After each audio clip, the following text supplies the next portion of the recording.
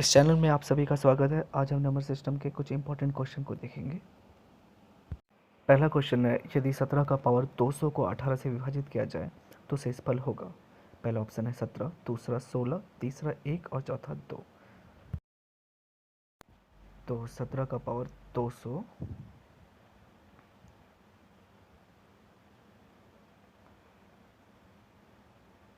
को डिवाइड करना है 18 से।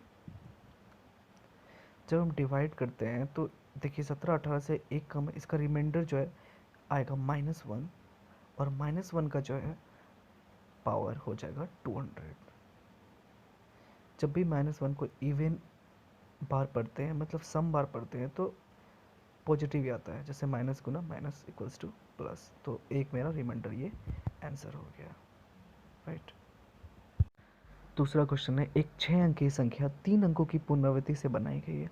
उदाहरण था 256 तथा 678, 678 आदि। तो इस प्रकार की बनी कोई भी संख्या हमेशा पूरी तरह किससे विभाजित होगी? ऑप्शन है आपके पास 7, 11, 13 और 1001। जब XYZ कोई भी संख्या रिपीट होती है ना मेरे दोस्त, और उससे 6 अंक की संख्या बनती है ना, तो हम क्या करते हैं, सबका स्थानीय मान जो है लिख लेते हैं। तो x का स्थानीय मान कितना होगा? 1 2 3 4 5 शून्य। तो 1 पे 5 शून्य बैठा देते हैं। इतना का ही मल्टीपल में x का वैल्यू होगा, ठीक है, प्लस अब y का जो प्लेस वैल्यू है, स्थानीय मान है, उसको लिख लेंगे 10,000 y। और अब z का स्थानीय मान 1000 z, ठीक है।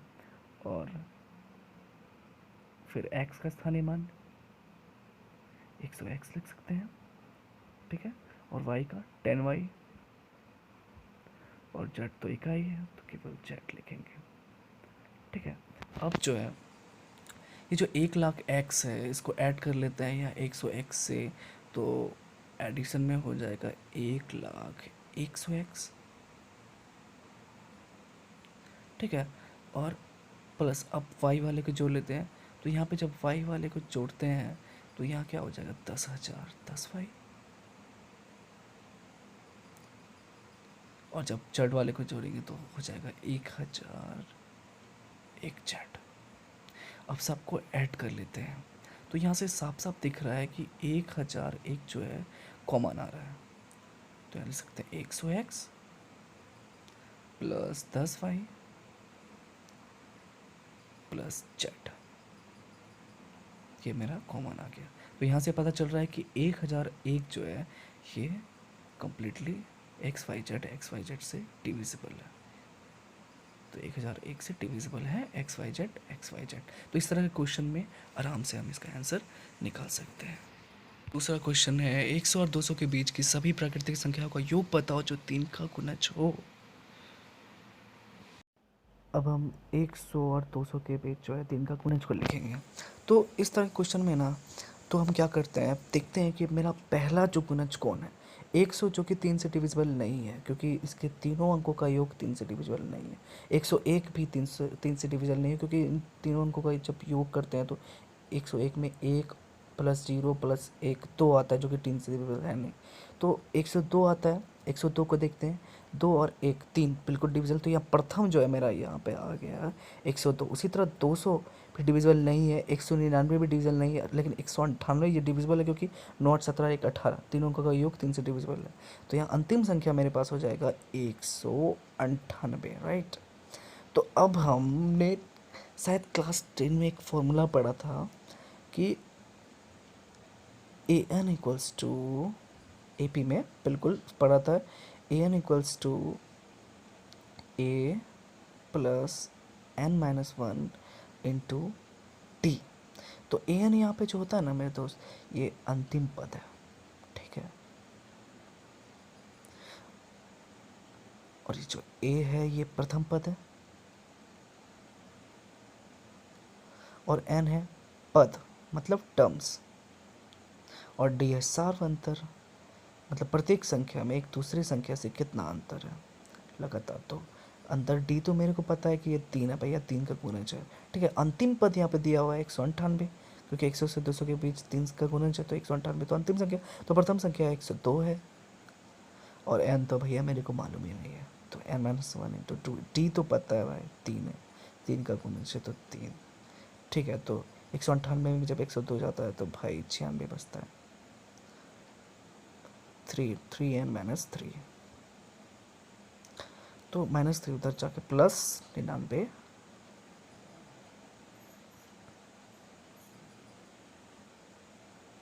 तो n बराबर 33। तो यहाँ से पद निकल के आ गया, लेकिन मेरे को चाहिए योग। तो योग का फॉर्मूला होता है n/2 इंटू प्रथम पद जोड़ अंतिम पद, क्लोज ब्रैकेट। n मेरे पास पता है 33/2, प्रथम पद 102, अंतिम पद 198, दोनों का जोड़ा तो हो गया 300, 2 से 300 कट, 150, तो 33 गुना 150 बराबर 49, 50।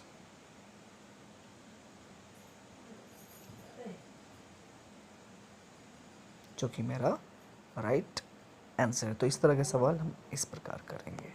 जैसे दूसरा क्वेश्चन है मेरे पास, किसी संख्या को 899 से भाग देने पर शेषफल 63 प्राप्त होता है, यदि उस संख्या को 29 से भाग दे तो शेषफल क्या होगा।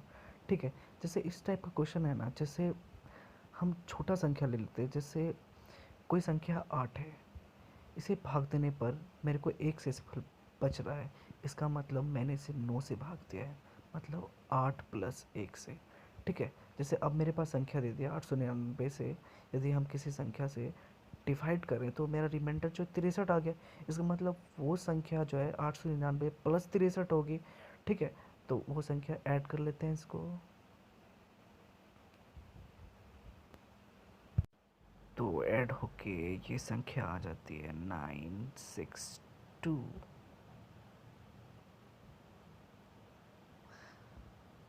ठीक है, तो अब 962 को मेरे को भाग देना है 29 से, तो रिमाइंडर क्या होगा। जब हम 29 से भाग देते हैं, 29 3 जा 87, 87 96 में 87 गया 992 फिर बच जाता है, तो 29 दिया, फिर से 87 से भाग देंगे, तो यहाँ पे रिमाइंडर मेरे पास आ जाता है 5, जो 5 इसका राइट आंसर है। तो इस प्रकार के क्वेश्चन हम इस प्रकार करेंगे, राइट। जैसे दूसरा क्वेश्चन है, 75 से 97 तक सभी प्राकृतिक संख्याओं का योग है। तो हम ऐसे क्वेश्चन में क्या करेंगे, सबसे पहले 1 से 97 तक का जो है योग निकाल लेंगे। ठीक है, और उसमें जो है 1 से 74 को घटा देंगे, तो मेरे पास 75 से 97 के बीच का प्राकृतिक संख्याओं का योग आ जाएगा। तो हम इसे लिख लेते हैं, प्लस 97 तक का योग को हम ब्रैकेट में बंद कर लेंगे और घटा देंगे इस पे 1 से 74 तक का योग।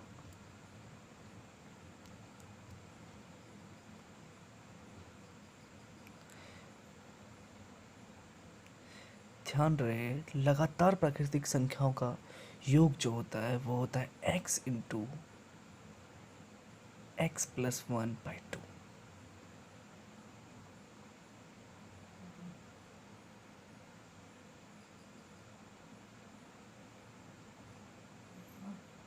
अब हम 97 तक का निकालेंगे, तो 97 तक का निकाल रहे हैं, तो 97 गुना 97 + 1, अंतिम संख्या ही x होती है। ठीक है, x तक का योग निकालना है तो अंतिम संख्या लेंगे, उसके बाद गुना कर देंगे x + 1, मतलब 97 + 1/2, 97 गुना 98 - 2, और इसी तरह 74 तक है, तो यहाँ पे हो जाएगा 74, फिर 74 गुना 74 + 1 75/2, 2 दोनों का LCM है, तो 2। अब 97 गुना 98 -74 इंटू 75। अब देखिए 98 कट जाएगा 49 से, और यहाँ 74 भी कट जाएगा 37 से, तो डायरेक्ट कटा के यहाँ आंसर लिख लेते हैं। मेरा आ जाएगा 4753 में घटा देंगे 74 गुना 75 करने पर 7 7 5, ठीक है, इसको घटा देंगे और आंसर आ जाएगा 91978, इसका आंसर राइट आंसर हो जाएगा। दूसरा क्वेश्चन है, पहली 20 विषम प्राकृतिक संख्याओं का योग क्या है? जो कि ऐसे क्वेश्चन में देखेंगे n बराबर 20 है, तो 20 प्राकृतिक प्रथम 20 प्राकृतिक संख्या का योग पूछ रहा है, तो डायरेक्ट n से पूछेगा। जब भी ऐसी क्वेश्चन होगी पहली 20 विषम प्राकृतिक संख्या का योग, तो हम n स्क्वायर करेंगे, तो 20 है तो 20 का स्क्वायर कर देंगे, तो 400 मेरा आंसर हो जाएगा। यहाँ पर मेरा वीडियो एंड